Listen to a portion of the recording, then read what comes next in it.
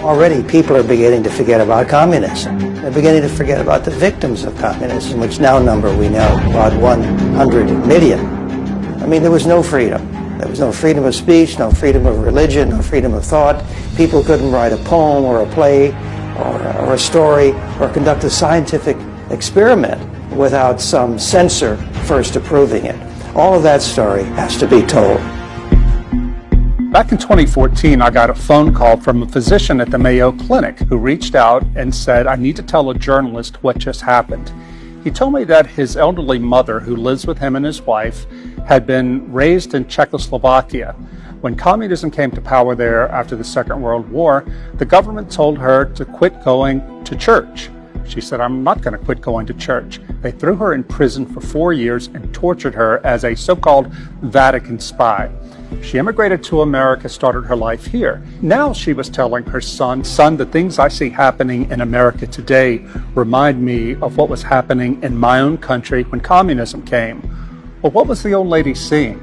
She's seeing the effects of cancel culture. She was seeing people facing the loss of job and the loss of their livelihood for getting on the wrong side of the politically correct. People being afraid to speak their minds for fear of losing their job or being hounded out of polite society. So over the next few years, if I would meet someone who had grown up under Soviet communism but came to America, I would put the question to them. Are the things you're seeing happen in our country today in any way reminiscent of what you left behind? Every single one of them said yes. In a new book, my next guest suggests that we may be heading down a dangerous path toward totalitarianism. Live Not by Lies. A remarkable new book entitled Live Not by Lies. Live Not by Lies. Live Not by Lies. Live Not by Lies. Live Not by Lies. Inspired not least by the great Alexander Solzhenitsyn. I got the title for the book from an essay by Alexander Solzhenitsyn. Solzhenitsyn is probably the greatest dissident to emerge out of the Soviet world.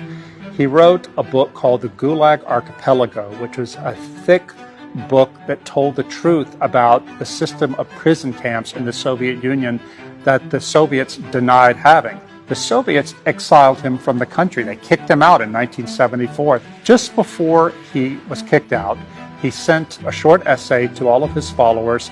The name of the essay was Live Not by Lies. What he wanted his followers to do is simply to refuse to say that they believed things that they didn't believe, because the whole communist system was built on lies. Lies about human nature, lies about the way the world is.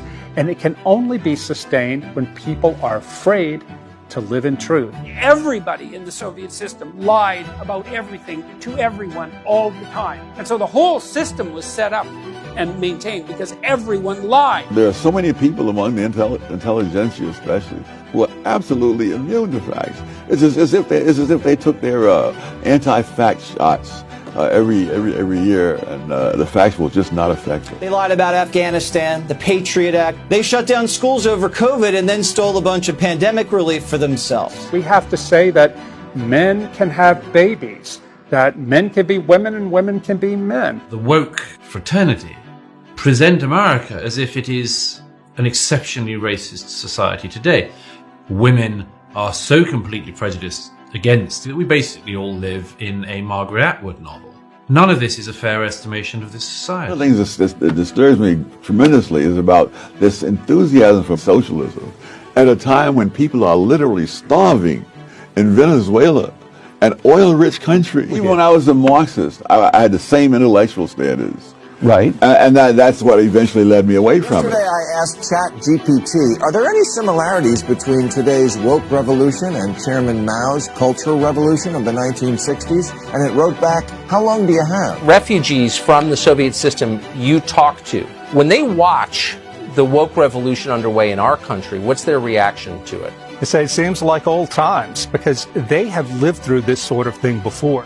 Totalitarian governments try to take away cultural memory, which is to say the memory of a people that tells them who they are. We've seen this happen in our own country with statues taken down, where history suddenly becomes extremely contentious. 1619 Project that's falsifying American history to demoralize Americans about our own country. Well, this is exactly what happened in totalitarian regimes. When the Nazis invaded Poland, their plan to crush the Polish nation involved destroying the Poles' sense of themselves as a nation and to destroy their religion, their Catholicism. The Nazis knew that if they destroyed those two things, then the Polish people were putty in their hands. We have for so long thought that Christianity is all about taking suffering away. That's just not true. Some of the more political churches, whether they're of the left or of the right, want us to believe that if we just get the right politicians in office, the right judges on the bench, everything's going to be okay. This is a lie.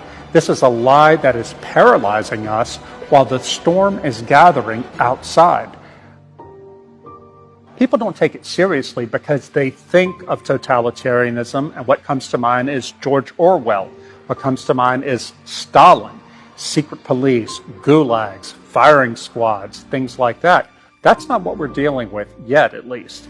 In China, they have what's called a social credit system under which the Chinese government controls every Chinese citizen. It has the computer power to track everybody's movements all throughout the day. If you meet with people the government considers to be antisocial, that is to say Christians or dissidents, that is noted by the system and you get automatically a lower social credit rating. Eventually, if you get a low enough social credit rating, you can't buy or sell or participate in the economy. Now that should send chills down the spine of every Christian who knows his or her Bible. Hannah Arendt was the great scholar of totalitarianism. She was a survivor of Nazi Germany, and after the war was over, she set out to figure out why it was that Germany and Russia both surrendered to totalitarianism. She said the number one factor that made totalitarianism possible in those countries was people being separated from each other and feeling overwhelming loneliness. And U.S. Surgeon General issued a new advisory on loneliness. Loneliness is an epidemic. And it's only going to get worse in the metaverse, which is more realistic fakery to keep the masses fat and happy and numb to the world that's spiraling around them. We know that communities that are more connected have lower levels of violence, they have higher economic prosperity, they're more resilient in the face of adversity, and they're more protected against division and polarization. A second factor that makes us vulnerable to totalitarianism is a loss of faith in institutions. This was what happened in Russia before the Communist Revolution there and in pre-Nazi Germany. And it's happening now in our country. A new survey from the Pew Research Center finds the nation increasingly distrustful of the federal government. The findings released today show that about 1/4 of Americans trust government to do the right thing. A whopping 73% do not. Trust in our nation's military is down to just 48%. I know that they're lying to me. I know that they're lying to the nation. Alexander Solzhenitsyn said that the line between good and evil does not pass between social classes or between, races or anything else. The line between good and evil passes right down the middle of every human heart.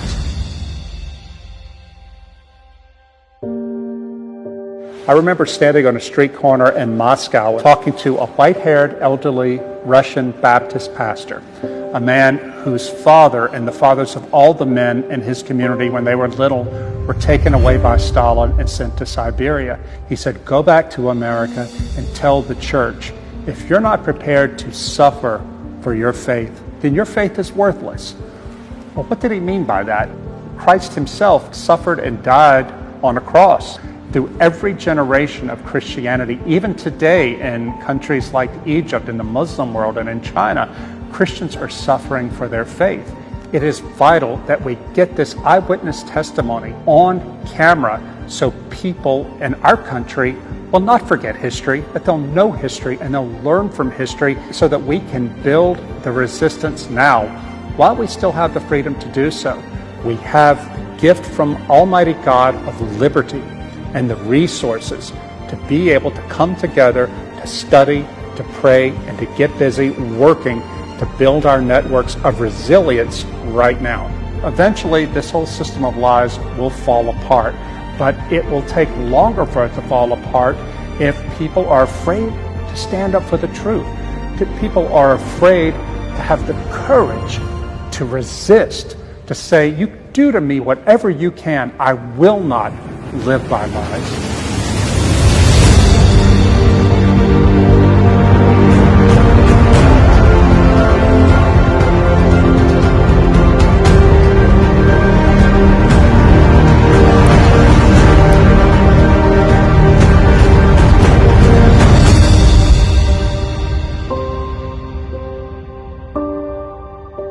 Hi, my name's Isaiah Smallman, and I'm the director of the Live Not by Lies documentary series. I'll be honest, when I first started getting involved with this project, I was hesitant to sign on. I thought, what are people going to think of me when they see me attached to such a political project? And what if I take a stand on some of these big issues in public instead of just among my friends? What if I get canceled? What if this ends my career in Hollywood? But the more I thought about it, the more I realized that's exactly why I should take this project on. Because right now, people are afraid to say what they think. They're afraid to stand up for the truth. And that's precisely why we need more people to do it and to pay the consequences of it. Now, I was inspired by the stories in this book. I was inspired by Rod for writing the book and the rest of the team who's pulled it together so far. And I'm excited to bring these stories to you, to amplify light in the darkness that's beginning to feel so oppressive to so many people. So I hope you'll join us and support this project so that we can go around the world and document these important stories before they're lost forever. And what if I get canceled? Whatever. It'll be worth it. I hope you'll join us, and I'll see you soon.